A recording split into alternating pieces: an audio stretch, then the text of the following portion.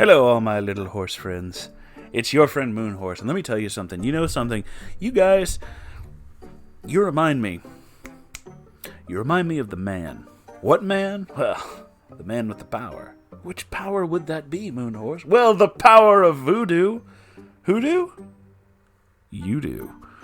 I'm sorry, I really wanted to do that. It's been in my head for like 20 minutes. Anyway, let's read a fucking story. This is from Reddit user Red Wolf of Fire. I thought that said Red Wolf on Fire. Either way, fucking awesome name. My Neckbeard twin. Oh, terrifying. Neckbeardery from the womb. I'm filling time because I was trying to click the upvote button. Howdy, guys. And possibly Moonhorse. Only possibly. I'm not entirely here. I'm kidding. Hey. I apologize in advance if this is poorly formatted, difficult to read, or otherwise of ill description. But this is my very first post, and likely my last. Don't be afraid to send us stories. You know, we love our stories. I have to watch my stories. I'm in a weird mood. I'll refer to myself as Red, and my brother will be Green. I need some advice. I think my fraternal twin brother might be a neckbeard. Green has always possessed social and emotional issues, being that he's mildly autistic. It's always been fairly difficult for him to overcome barriers that come with it. On top of that, our upbringing hasn't exactly been the best. Green started off as a sweet, albeit quiet kid with a love for cuddles and physical affection. He seldom spoke until age 3 or so, and when he did, it was usually a proclamation of love. He would always be clinging to members of the family, smooches, hugs, etc.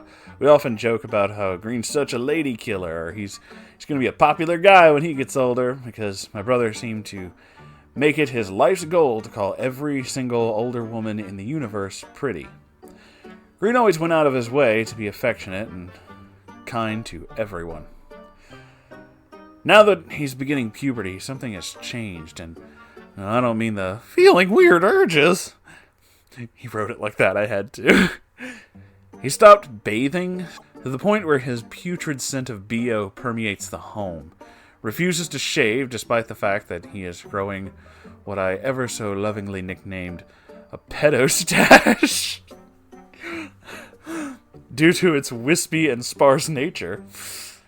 And has a rather short fuse. His dark brown hair is knotty and thick with grease, and he has this tendency to pick at his arms, legs, chest, and back, which only worsens the acne to the point his vampire white flesh is covered in zits. Ew. Green rarely ever brushes his teeth. Ugh. Ugh. The cherry on this disgusting display of beardery? He will take his emptied 2 liters of Mountain Dew and piss in them because he doesn't want to get up from talking to his friends on Discord. We are officially at piss bottle levels, kids. That is... Oh, that's a heinous one. That's a bad.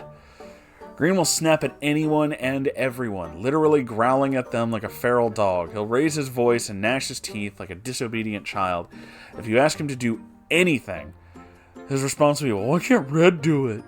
He treats me as his slave. That's not an exaggeration. Green has also started to, discover himself. And, he's not private about this in the slightest. He has openly talked about how he has a fat fetish, has written Sonic OC Lemon fanfiction, and a couple of days ago he was literally pleasuring himself next to me under a blanket. Oh. Whoa. I'm a bit of a chubby girl myself, not horribly obese or anything, but I'm short and plump in many ways. This combined with his behavior and the fetish are perhaps what worries me the most. I can understand that. He'll walk around with nothing but his ratty-stained underwear on and tell me to look over at him as he thrusts his pelvis about. Ew. He also tells me many, many dirty jokes, invades my personal space by insisting that I hug or kiss him, and whenever I tell him that he accidentally touched me in an inappropriate manner, his only response is a laugh and suggestive eyebrow raising. Okay, that... I honestly don't know what to do. Our father isn't of much help, and the sexual comments are driving me nuts. We're both minors, so it's not like I can just leave. Suggestions? Let's read some of the comments before I say anything. Rosara comments, your brother is definitely a neckbeard. Your father/family needs to get involved and stop this behavior, which is already beyond acceptable, before it gets worse. This is not a safe environment. Spartan Wildcats 2018. I think your brother's mental issues are playing a role, but yeah, this is some serious neckbeard tendencies. I'd take it to someone in your family that you trust if you can. That being said, Red Wolf, I agree with them. Look, neckbeardery or not, his actions are fucking unacceptable. You do not do that shit. He's invading your personal space and doing really fucking horrible things. That's not okay.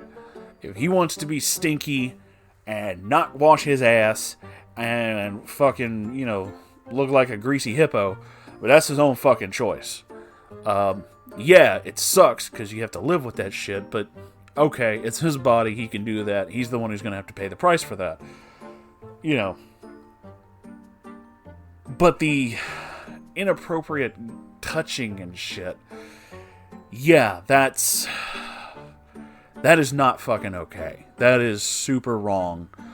I would absolutely tell someone about this. I